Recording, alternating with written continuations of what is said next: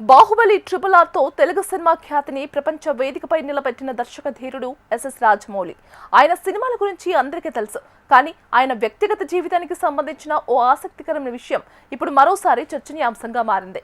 అభిమానులను ఆశ్చర్యానికి గురిచేస్తున్న ఆ క్రేజీ సీక్రెట్ ఏంటి ఇప్పుడు తెలుసుకుందాం.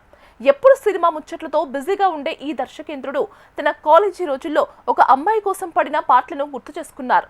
అలాగే ఆమె ఇచ్చిన ఎక్స్ప్రెషన్స్ తోనే చాలా వరకు సినిమాల్లో సీన్లుగా ఉపయోగిస్తున్నానంటూ రాజమౌళి చెప్పారు.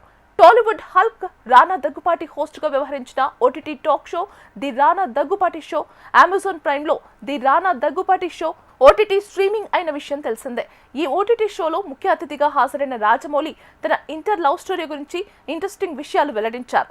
మా క్లాస్లో ఒక అమ్మాయి ఉండేది. ఇంటర్మీడియట్లో చదివేటప్పుడు హైదరాబాద్లో. తనంటే నాకు చాలా ఇష్టం, కానీ ఎప్పుడూ మాట్లాడలేదు. మా క్లాస్లో అబ్బాయిలందరికీ తెలుసు ఆ అమ్మాయి అంటే ఇష్టపడుతున్నానని. వాళ్ళు దాన్ని పట్టుకొని ఏడ్పించేవారు అని రాజమౌళి తెలిపారు. నా జీవితం మొత్తంలో ఒక్కసారే ఆమెతో మాట్లాడాను. చాలా కష్టం మీద అడిగాను అని రాజమౌళి అంటే ఏం చెప్పారు అని రానా దగ్గుపాటి అడిగారు.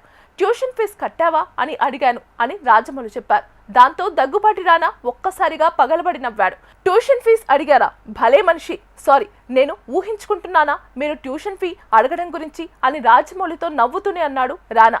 ఆమె ఫ్రంట్ సీట్లో కూర్చుంది. నేను ఇక్కడ ఉన్నా. భారతి ట్యూషన్ ఫీ కట్టావా అని నేను అడిగా. అప్పుడు తను నా వైపు తిరిగి ఒక చూపు చూసింది. అది ఎలా ఉందంటే నేను ఎప్పుడు మాట్లాడతానో అని తను ఎంతో కాలంగా ఎదురు చూసినట్లుగా ఉంది. కానీ నాకు అప్పుడు అది అర్థం కాలేదు. అప్పుడు నాకు అది తెలియదు అని రాజమౌళి చెప్పుకొచ్చారు. నేను ట్యూషన్ ఫీ గురించి అడిగితే చూసి తన మొహంలో చాలా నిరాశ కనిపించింది. ఆమె ఎక్స్ప్రెషన్స్ నేను ఎప్పటికీ మర్చిపోలేను.